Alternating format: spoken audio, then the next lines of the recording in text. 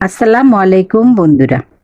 আজকে তোমাদের মাঝে নতুন একটা রেসিপি শেয়ার করব। সেটা হলো আলু দিয়ে খাসির মাংসের চর্বি কষা।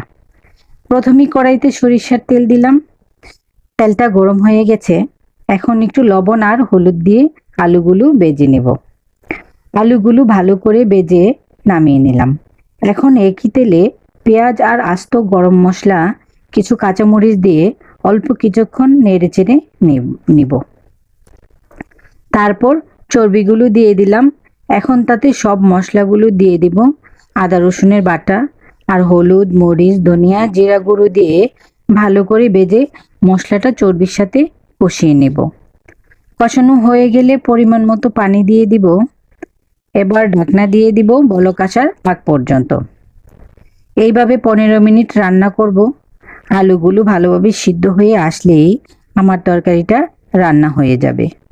বন্ধুরা, অনেক তো আমরা খাসির মাংস কষা খেলাম, এবার একটু খাসির চর্বি কষা খেয়ে দেখি কেমন লাগে।